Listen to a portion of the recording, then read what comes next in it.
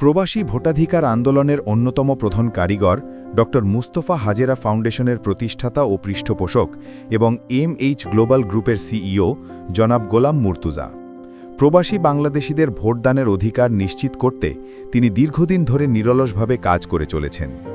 বিভিন্ন রকম সম্মেলন, বিশিষ্ট ব্যক্তিবর্গদের সাথে আলোচনা সভা থেকে শুরু করে সর্বশেষ লন্ডনে অবস্থিত বাংলাদেশ হাইকমিশনের সাথে তিনি নিজে আলাপ আলোচনা করেছেন। প্রবাসীদের ভোটাধিকারের যৌক্তিক লক্ষ্যে তিনি জনাব গোলাম মুর্তজা দীর্ঘ সংগ্রাম ও লড়াই চালিয়ে এসেছেন।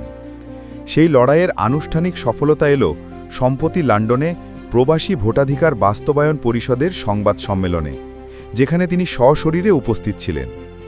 সংবাদ সম্মেলনে জানানো হয় যে লন্ডনে বাংলাদেশ হাইকমিশনের সাথে একটি ফলপ্রসূ বৈঠক করেছে পরিষদ, যা পরবর্তীতে নির্বাচন কমিশনকে সম্পৃক্ত করে চূড়ান্ত রূপ নেয়।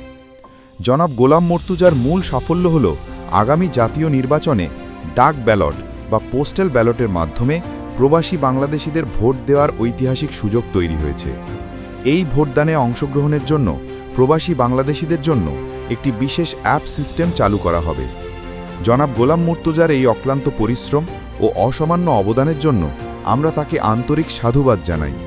তিনি সত্যিকার অর্থেই বাংলাদেশের ইতিহাসে এক প্রশংসার দাবিদার।